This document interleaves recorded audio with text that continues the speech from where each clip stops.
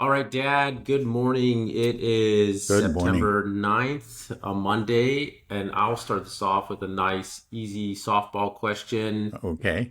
How real is the threat of nuclear war? Um, well, no, it's real. I mean, it's been real for a long time because um, two countries in particular have had the capability of wreaking horrible devastation across the planet. I mean, I think there's some argument about whether it would be the end of all life on the planet or all human life. Some say that it would, and others say it would fall short of that. But at the very least, we're talking about hundreds and hundreds of millions of deaths. So, and it's there. The capability exists. So, if a capability exists, there is a risk, and there are two ways, main ways in which it could happen. And of course, there's a large gray area between. One is just an accident.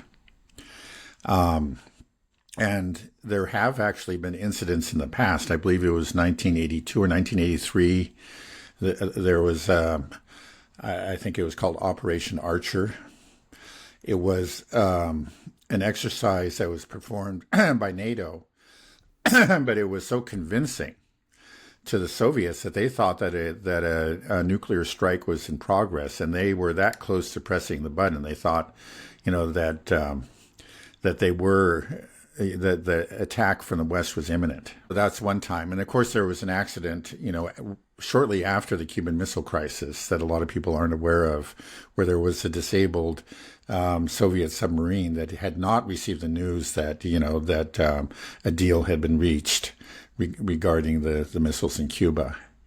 And it came under attack by an American naval vessel, and they thought that there were people on board who thought that World War III had already begun, and they needed to launch their missiles.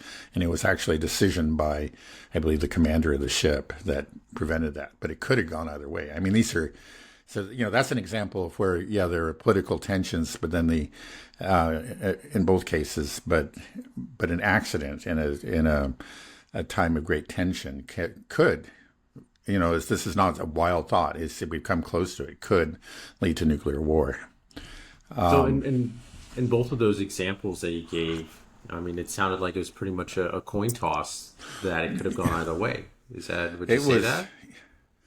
yeah. I guess in the end, you don't know. You can't go completely into the minds of these men. But it was okay. Like the commander was authorized under the circumstances to launch a missile. He chose not to. Is this in Right. both cases or Okay. in Well, the the? other one, I don't know exactly where the decision was made. It was at a higher level. It was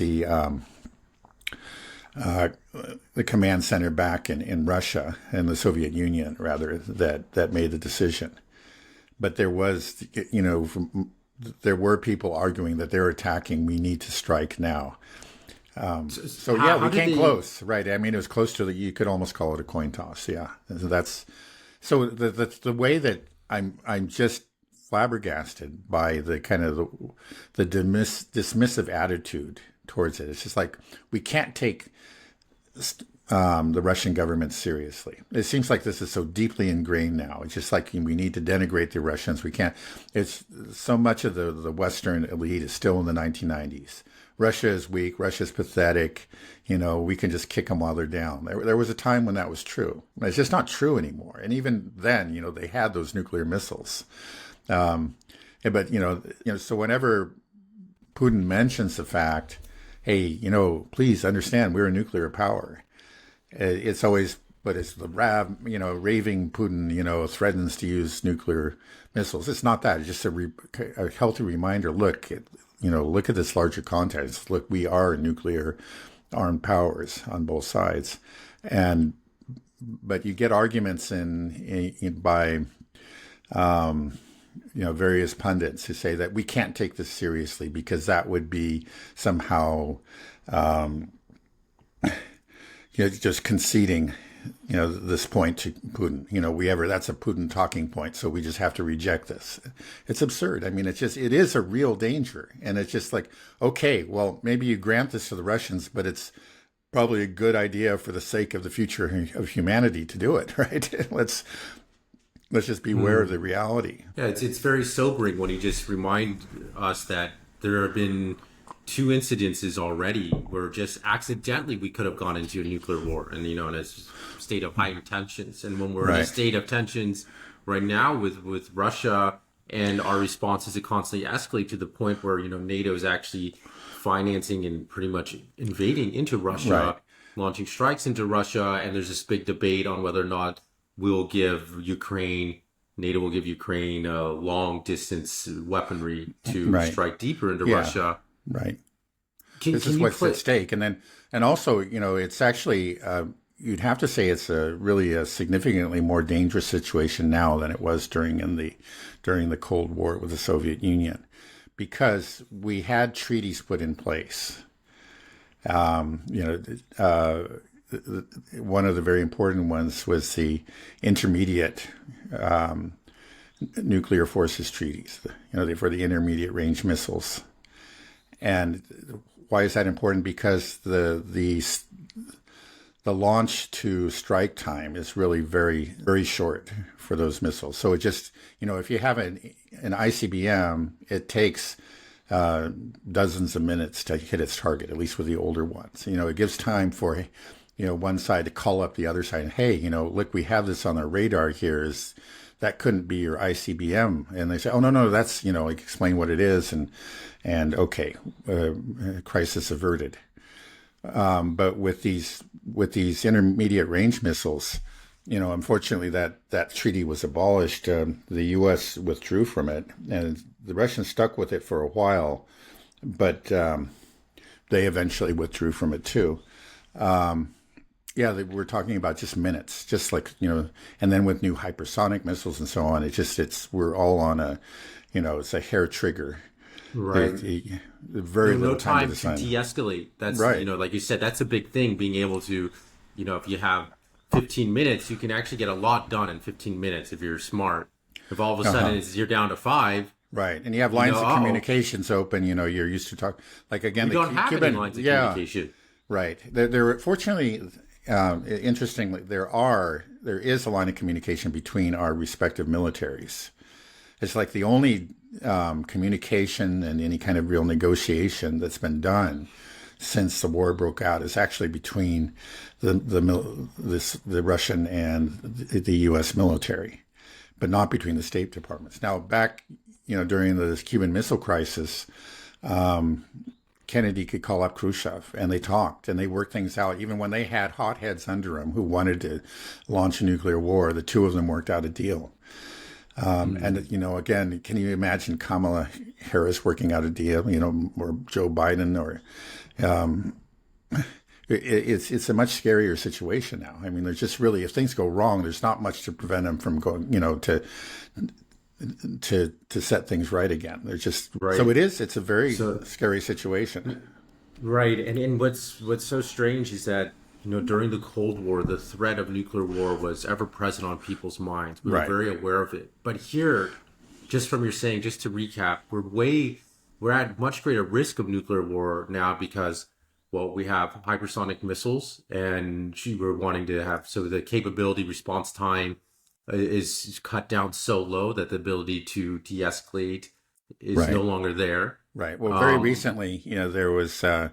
it was announced that that missiles were going to be installed in Germany that were capable of delivering nuclear warheads to Moscow, and it would be a very short time. It would be a violation of the old INF treaty, but that treaty is gone. And the Russians protested, and say, well, you do this now, we're going to have to set up equivalent launchers and missiles on our side. But then, so that means that both, Europe and Russia are just like 3 minutes from a nuclear war.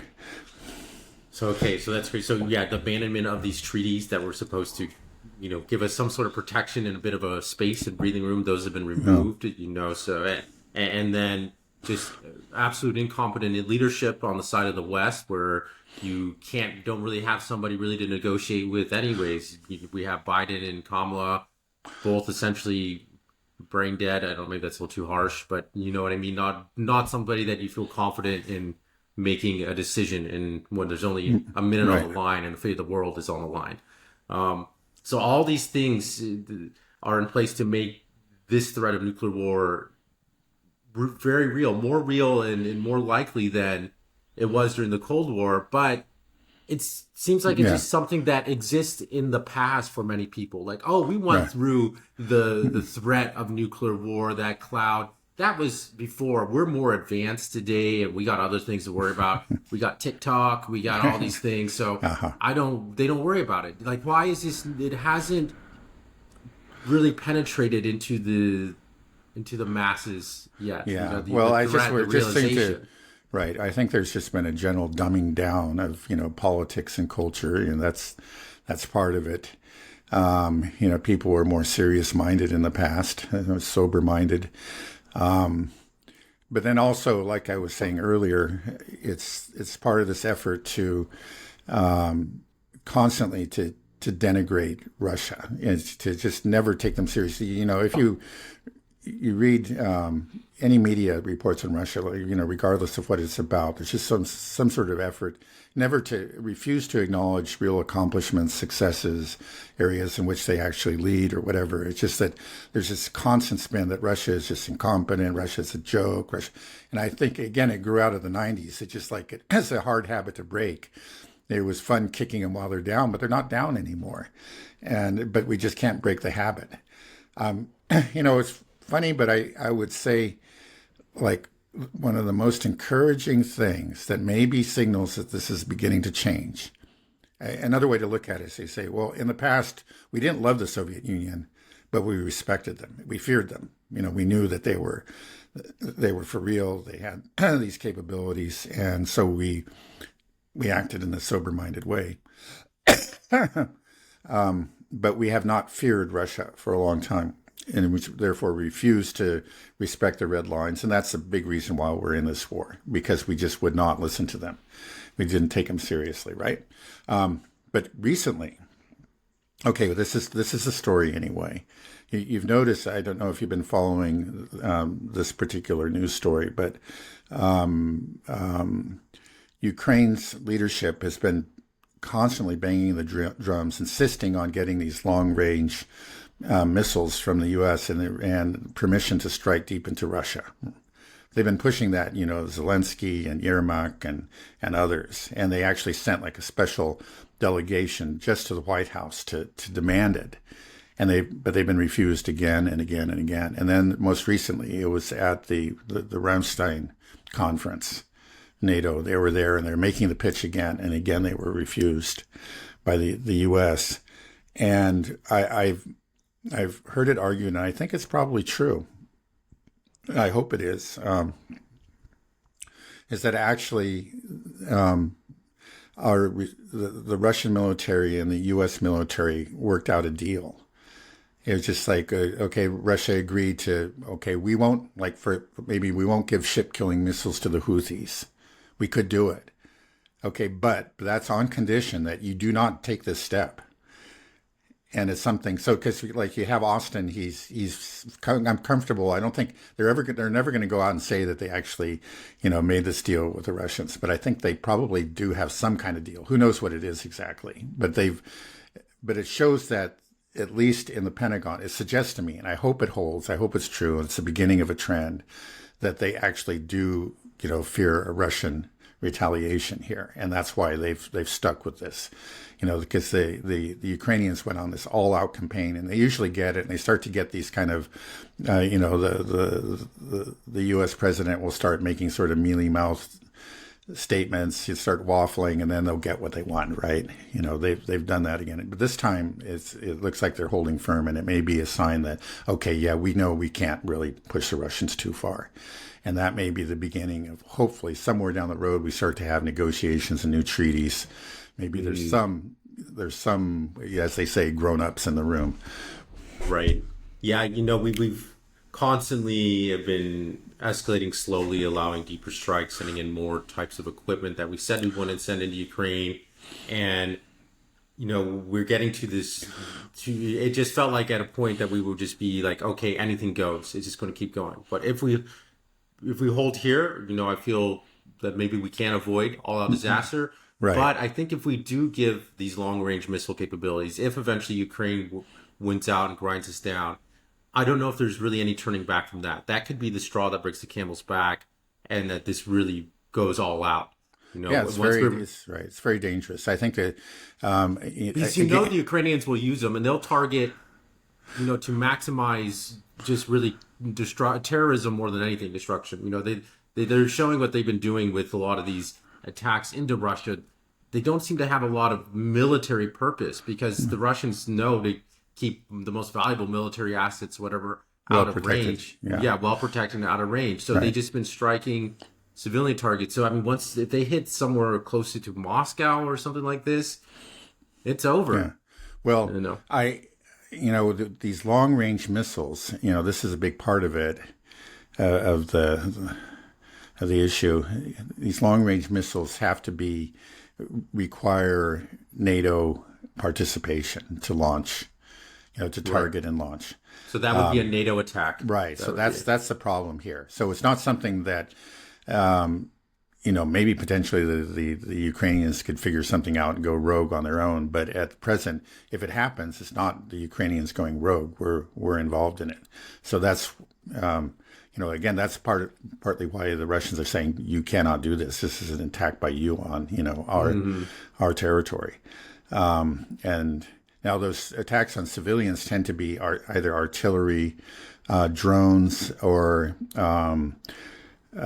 I know they've been vampire missile systems, and those haven't been included from Czechoslovakia, or not Czechoslovakia, I'm living in the past, the Czech Republic, and HIMARS. These have not been restricted, by the U.S.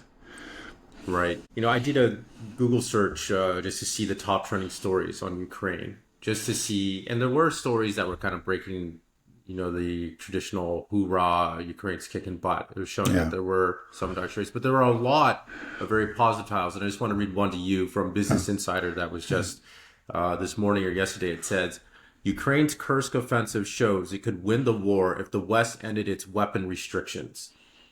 So they're still pushing that narrative out there. Really, there are people that are really going strong with and I guess the possibility of a nuclear war, they're willing to gamble it, or they just think that it's just impossible, that no way we're allowed to do whatever we want, and there's no consequences. Yeah, in the end, I don't think they're just not serious people. They're people who live day to day in the media world and just are incapable of thinking about the larger reality.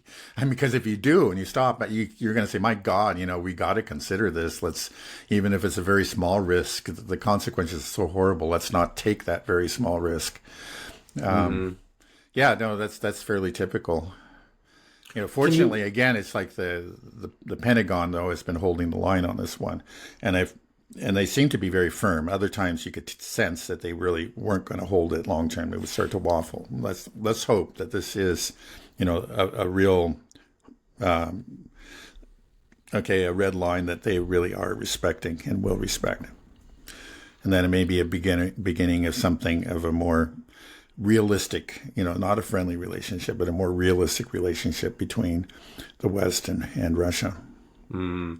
Are we already seeing some signs of that? Because it seems like Europe is kind of falling apart when it comes to Russia and the Ukraine war. Scholz has recently announced that he wants to end this war as quickly as possible. We need to start talking and just support in general. Macron's gone. Macron's not gone. No. Well, isn't it replacing somebody else's taking over? No, he finally selected a prime minister, and it was somebody who was very friendly to him. This president-prime minister thing confuses me in France. It's a weird thing because it's funny. Like, a lot of countries have, a prime minister and a president, and there's typically one is more ceremonial and the other's got the real power, but you never know. It varies from country to country. In the case of France, Macron's the president. Now, actually, the prime minister in France has fairly significant power, including he's supposed to be in relation to foreign policy. But the guy he chose was not wasn't a member of the winning, the coalition there. or he's way off. He was just he's part of the Macron friendly group, and did not represent, the group that won. And so there's a lot of anger about that and protests in France.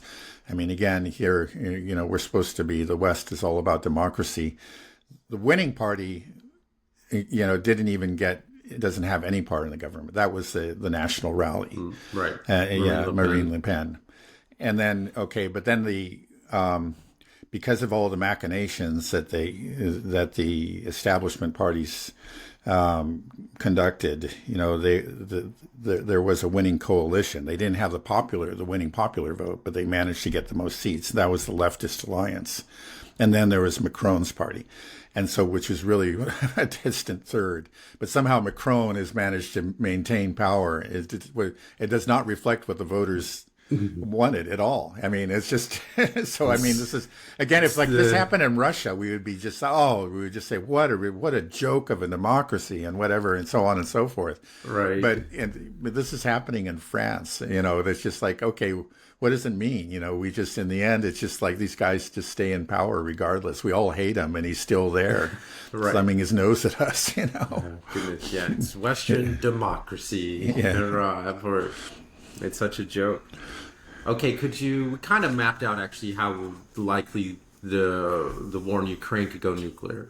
Yeah. It's really, as long as we stay firm with not allowing these JSON missiles, these long range missiles, to strike deep into Russia, hopefully we can avoid this nuclear disaster, all-out war. Do you see any other way that this Ukraine war could spin out of control?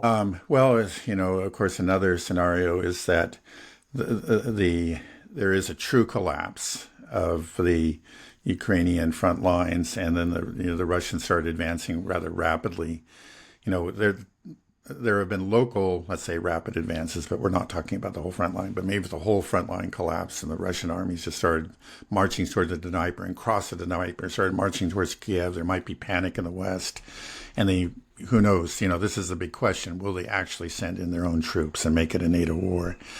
And of course, that just creates all kinds of real dangers. I mean, then... well, if NATO becomes directly involved, then NATO bases throughout Europe are also, fair game for the Russians, and who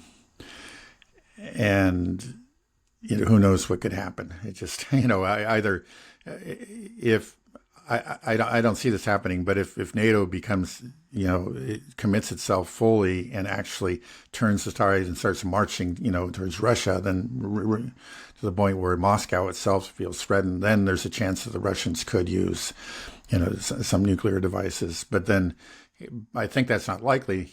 More likely is like bases get struck in the West. The West is humiliated, and there's a temptation on their side to use nuclear weapons. Who knows? This is all very speculative and far in the future, but anything's possible if NATO becomes directly involved. Right, and who knows if it's not necessarily that far in the future if NATO does become involved. Yeah, so you're right. So there's really two possible triggers that you're seeing for a nuclear war would be if we continue to ignore Russia's red lines and give further and further advanced missile technology capability to Ukraine to strike deeper into Russia. That can escalate things rapidly, with Russia perhaps supplying the Houthis with long-range missiles to start sinking ships in the Red Sea. Right. Like U.S. naval vessels. Right. And so that can cause things to really escalate rapidly. And then once we get to that full-on hot war, then who knows what's going to happen. It could very quickly lead to nuclear war. And then the other one is if Ukraine was experiencing full collapse and get panic within Washington and London and Berlin and Brussels, they decide, okay, we got to do something, and they make some stupid gamble calculation, send in troops, start flying their own planes into Ukrainian airspace or whatever, then all bets are off. Which of those two do you think is more likely that we will that Zelensky will get his way with long-range weapons, or yeah, probably the former. Yeah. Again, so far so good. They seem to be holding the line, but we have seen them back off, and I imagine that there is something of a struggle within the military leadership in the U.S. and in NATO. It's really the U.S. that gets to decide these things. But it's still so crazy. Just okay, if one of these things happens, then all of a sudden, we have the minutes to midnight atomic clock. We're going to be just a couple seconds once this happens, right? We've entered into, we'll enter a new phase. Right. So we're just kind of talking nonchalantly, like, yeah, it's possible. Who knows? Maybe 20% chance, and then it happens, and then all of a sudden, we're at 50% chance to destroy the whole world now because we're getting, these games that they're playing. We're able to, like just I was saying in the beginning, it just hasn't hit people how close we are to something that could be catastrophic. And even me, I wasn't. This isn't, the threat of nuclear war isn't occupying my mind most of the time. Most of the time, I'm like, did I have 2 cheeseburgers yesterday? So now it's just, but just talking to you, just realize like, whoa, this is real. This is real, and nobody cares, or very few people care. Yeah. Right. If you care, I think it was actually Tom Woods that makes a joke about it. It's like, concern about, saving the planet from nuclear war is not a Russian talking point. Well, apparently it is. Yeah, but that's the thing. It's just that our discourse has been dumbed down to that point where, where idiotically people, think, well, I can't make that point because I'll be accused of being a supporter of Putin. Say, well, just forget about it. Like, think about humanity, okay? Right. Don't you have people in your life that you love, that you want to keep them alive? Like, this is insanity.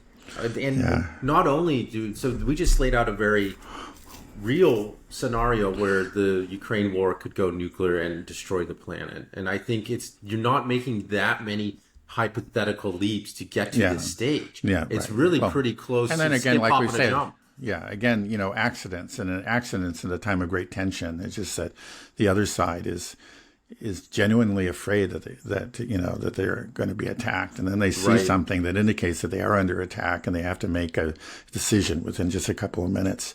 Right. Now, so, I mean, just within a span of less than 50 years during the Cold War, there were 2 instances that you recounted to us that brought us to the brink of nuclear annihilation. That could have been almost, like you said, a coin toss. And that was just within a short span of time where, of course, there were heightened tensions between the USSR and the West, but what we're in now, we argued, is actually worse than it's ever been. So, and the shortened travel times for these nuclear warheads reduces the ability to de-escalate. We are in a more dangerous situation. And not only we're just talking about with Russia and NATO, but let's move over to the Middle East now. So we talked about the threat of nuclear war emanating from the Ukraine-Russia conflict. Can you give us the scenario of how it would most likely lead to a nuclear conflict from this Middle East tensions with Israel? Right. Well, I mean, the one nuclear armed power in the Middle East, of course, is Israel. And they're also the craziest. Right. Yeah, that's the thing. Is that right? They are the craziest. I mean, it's really, feel safer if the Houthis had it than if the Israelis. I mean, we got real nuts in the Israeli government, and it's, I don't know that it's declared, but it's understood that they have, the Samson doctrine, that they're going to, that those are there if, and will be activated and put into use if the existence of Israel is threatened.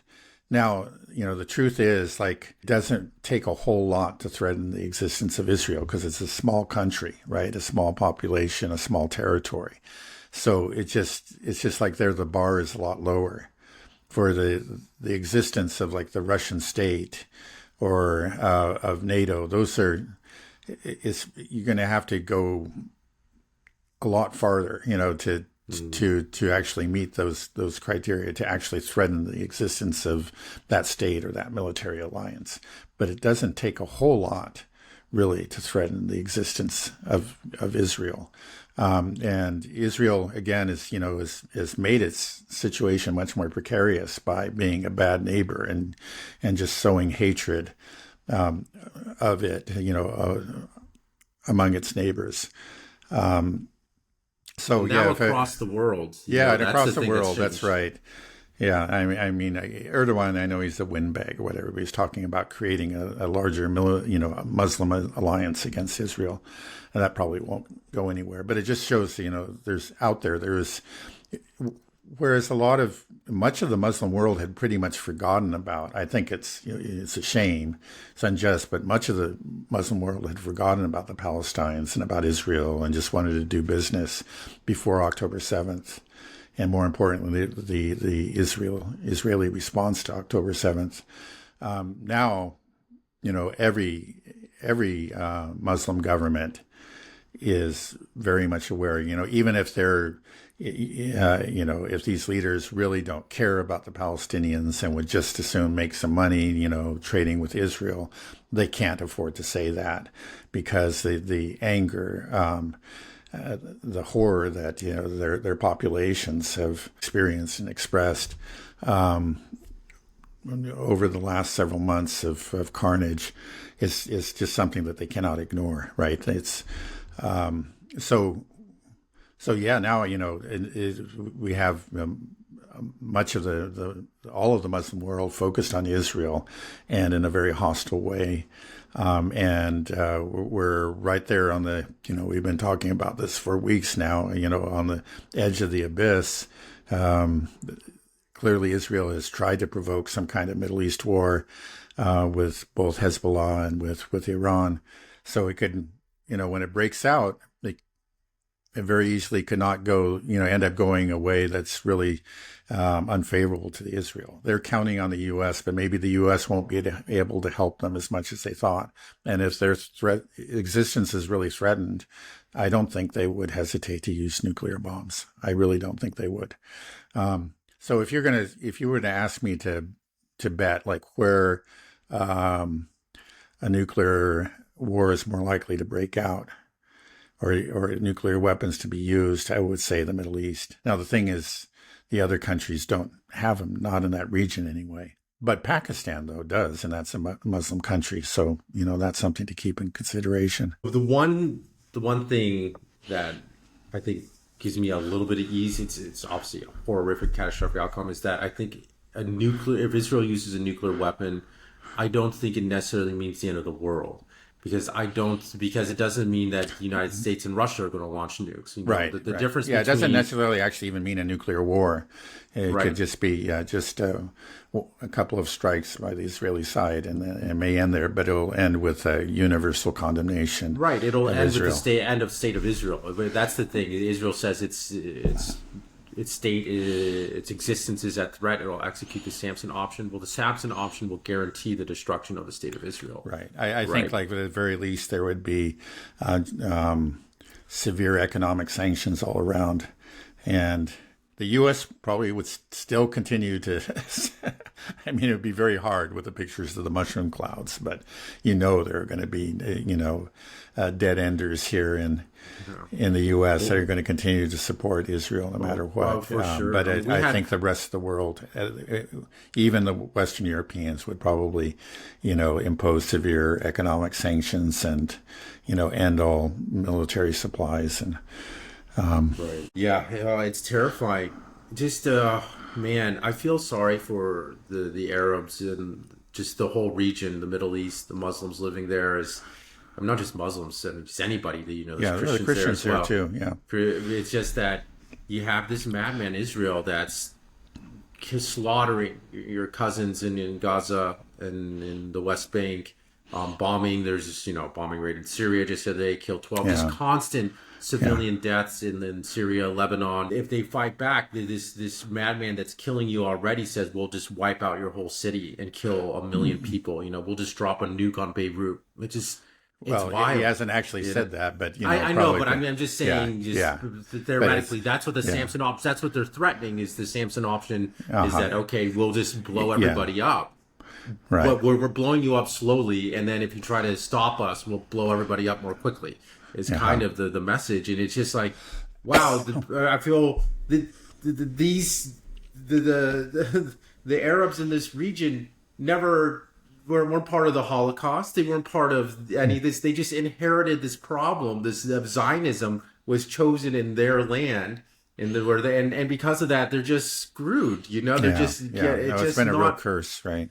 Right, and not only that, it's just like they have the might of the United States coming in and wrecking things up in their region as well on behalf of Israel. So it's just you're just like, what did we do? We were just living here, and now all of a sudden it's just all hell is breaking loose because of this force called Zionism, and attached to this force called Zionism is the United States, and they're just wrecking our lives. It's crazy. It's really crazy. I don't know. Yeah. And like you were saying, so that Samson option is real, and it will be executed if the state of Israel is really the existence is threatened.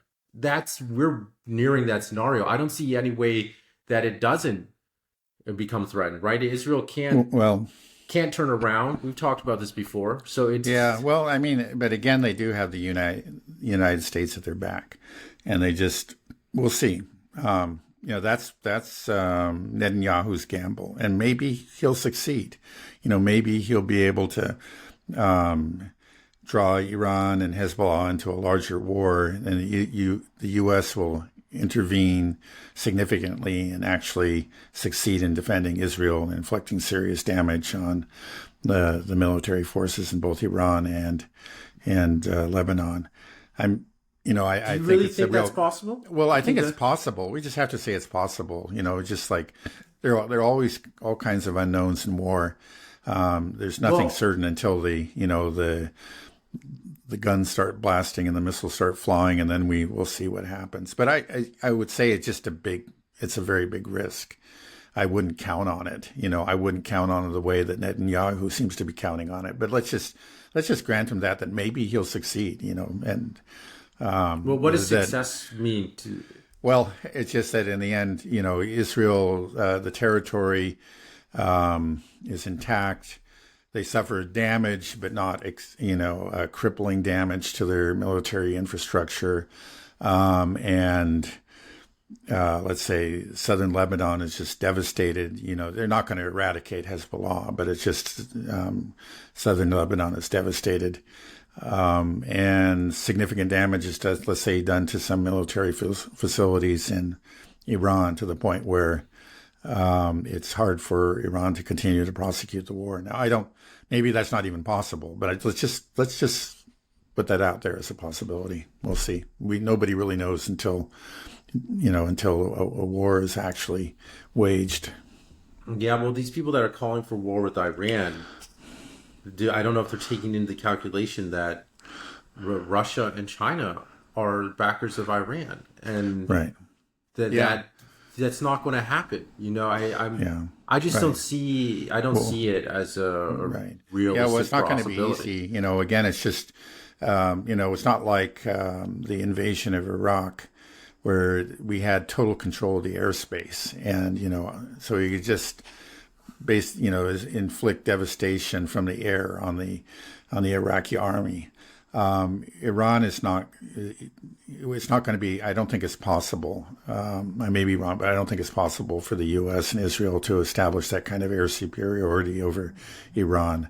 They already have had defense systems, and then it's clear that in the last couple of months, the Russians have been putting in some of their most advanced systems and installing them. Again, that may be the reason of the delay. They want to make sure that all those systems are up and running and properly integrated and whatever, so they'll be able to protect their assets. And if they do, then you're looking at it would not be an easy war for the U.S. Again, we've seen what's happened with the Houthis. Even some real pro-U.S. Let's say media personalities have admitted basically that the Houthis have won that battle there in the Red Sea, and there are all kinds of places where the U.S. can be hurt. Their ships can be sunk, their bases can be destroyed, and Iran's a big country that's now well protected with some very sophisticated air defenses. It's just not going to be anything like Iraq. Maybe a lot of people, a lot of these people like Lindsey Graham or whatever, just are looking forward to another Iraq. I think a lot of these people are still trying to live in the 90s, right? It's not just with respect to Russia, but with respect to the Middle East. It's not the 90s anymore. We don't have that unrivaled supremacy that we once had. I mean, in these scenarios that we're talking about, I mean, they are very probable, and these things could be soon. I mean, the Iranian retaliation could really be the thing that sparks this off, because we know that Israel is not going to exercise restraint once Iran pulls off its retaliation, which is like what you said. I think that Iran is really just preparing for a larger regional war, all-out war, because they realize that no matter what we do, we promised retaliation, we'll do it. And Israel wants war with Iran, and they're doing everything they can. They want this strike so that they can justify going and doing something extreme, and then spin their propaganda machines as much as they can to say how that we're under attack and Israel's right to defend itself. And that will be it. That will be the pop-off. That's when Hezbollah really goes full in. This is when, the West Bank will erupt. It's already erupting, that the IDF has been moving into the West Bank. We talked about them in Jenin. Iran is going to just, I just see this, once that happens, the Iranian retaliation happens, which we know is coming. And I think this is why we said, Russia's there in Iran setting up defense systems, and they're taking their time. Once this happens, I think it very, very likely that's when all hell breaks loose in the Middle East. Do you think what do you think? Do you think it's likely? Do you think there will be once that happens, do you think all bets are off and it's just... Yeah, well, I mean, if Iran retaliates in a significant way, which I think they just have to, I mean, I think possibly a way that they might avoid it is if it is with a kind of a tit-for-tat assassination. It might be harder for Israel to justify some sort of massive attack on Iran if that's what they do, because they still will, though. Yeah, they probably will. I know. It's just again, Netanyahu's hell bent on doing this. He's got the backing of the U.S. He's confident the U.S. is in his pocket, and so it just, there's nothing certain under the sun. There are forces in Israel, right, that are trying to get him to slow down, not so much, not out of love of Palestinians, but because they want to get their hostages home, right, get some kind of ceasefire. And if that actually happens, I don't see it happening, as long as Netanyahu's in power anyway. And there's really no sign, in spite of these protests or whatever, that his power is really threatened. I think he's very firmly established, because you do see these protests. It's meaningful, but it's still a minority of the Israeli population. And he has, I think, still a very firm majority on his side. As long as he's in power, and he wants this war, it's going to be hard to prevent it. That's all I'll say. There's, again, nothing's certain, but it just looks pretty grim. This fall is going to be crazy. We have Ukraine collapsing. Which it's beginning now, and I think it's becoming harder and harder to hide. When we have a total fall of the front line. It could be, around the election. We have just the crazy election this year, and then we have the Iran's retaliation, against Israel. Right. There's so many things, and we also just have this behind the scenes looming economic collapse within our own financial system.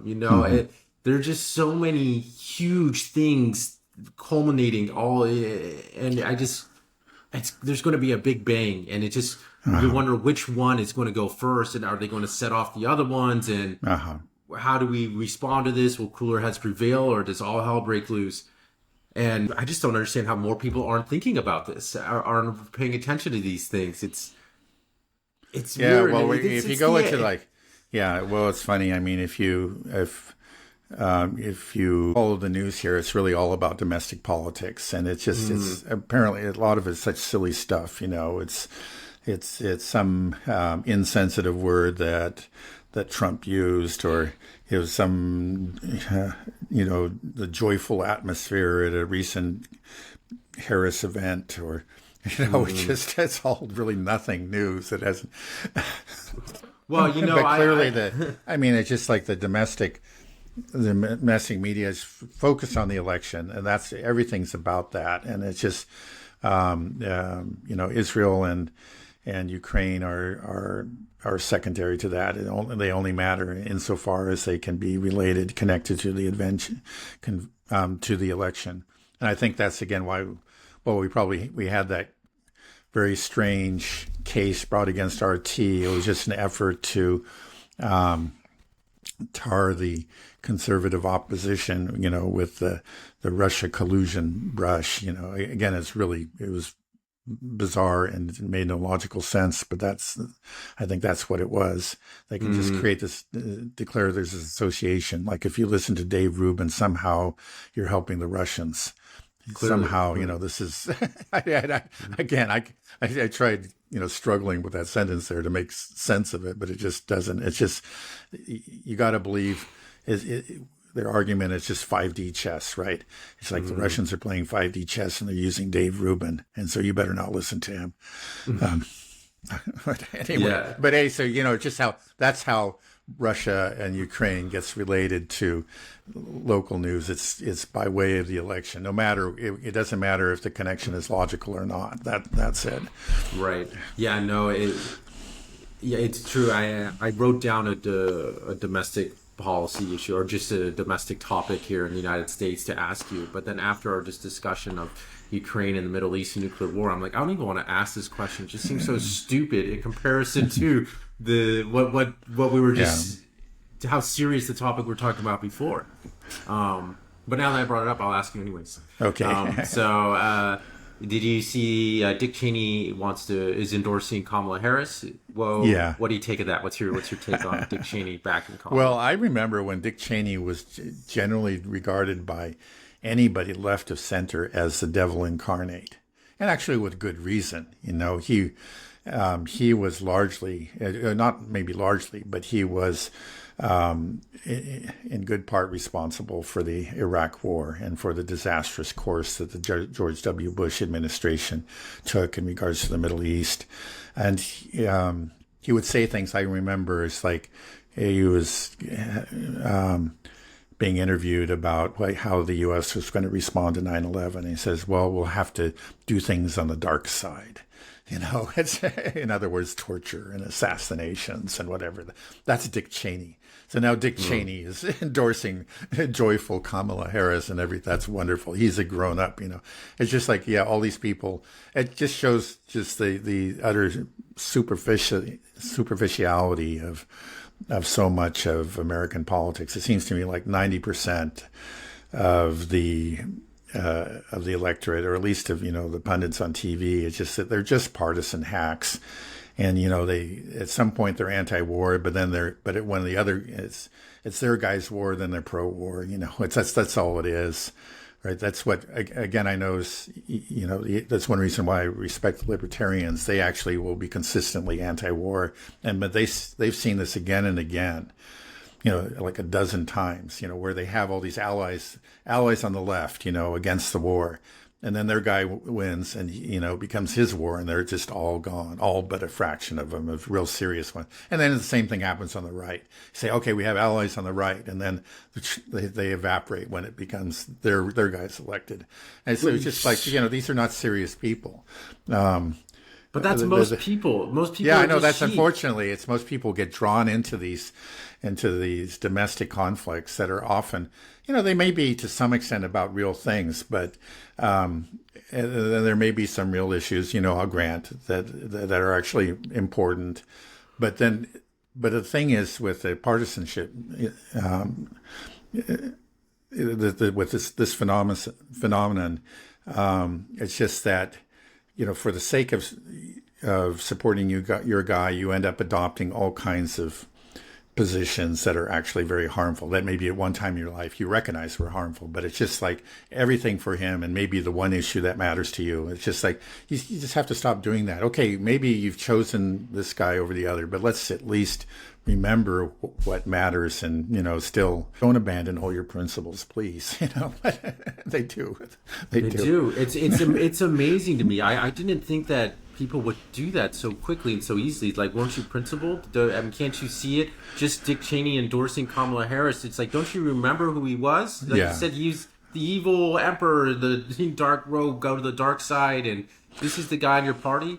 If anything, for me, Dick Cheney endorsing Well, Kamala. another thing, he was like the very definition of establishment paranoia. I remember but it's like, if there is a 1% chance that a country could use a weapon of mass destruction, that's too high, and we need to basically invade that country and overthrow the regime. So again, first of all, who gets to decide there's a 1% chance? Of course, it's Dick Cheney and him. I mean, it's just a formula for never-ending war, and it's just an expression of paranoia too. That's who Dick Cheney is. He should have. Kamala Harris should say, I don't want to have anything to do with you. I would have some respect for if she said that, but they're happy to adopt all these people because they're the same. I mean, that's the thing, is they're all Dick Cheney now, Right, all advocating the policies that he advocated. I mean, for me, this is the strongest endorsement for Trump is actually Cheney going over to Kamala. Really, it makes so me far. It's just like, okay, well, now you're not even pretending to be the new neocon party. Like, this is the Democratic Party. The neocons have found a new home in the Dems. Yeah, well, so it makes me like we've gone 180. Okay, well, I think we can end it there unless there's anything else you want to touch on. Yeah, well, we can talk about, what's happening. There's been some interesting developments on the Ukraine front, but we can do it next time. Okay. Yeah, actually, I wanted to start off talking about the Ukraine because I do know that things are they're changing. I mean, they're changing. There's still signs of collapse, but it's kind of taking a different form now, and it's worth talking about. Okay. All right, well, let's save that for Wednesday. That'll be a fun topic. Okay, Dad. All right, well, have a good rest of your day. Thank you very much for all your insights, as usual. Okay. You're welcome. Right, thank you.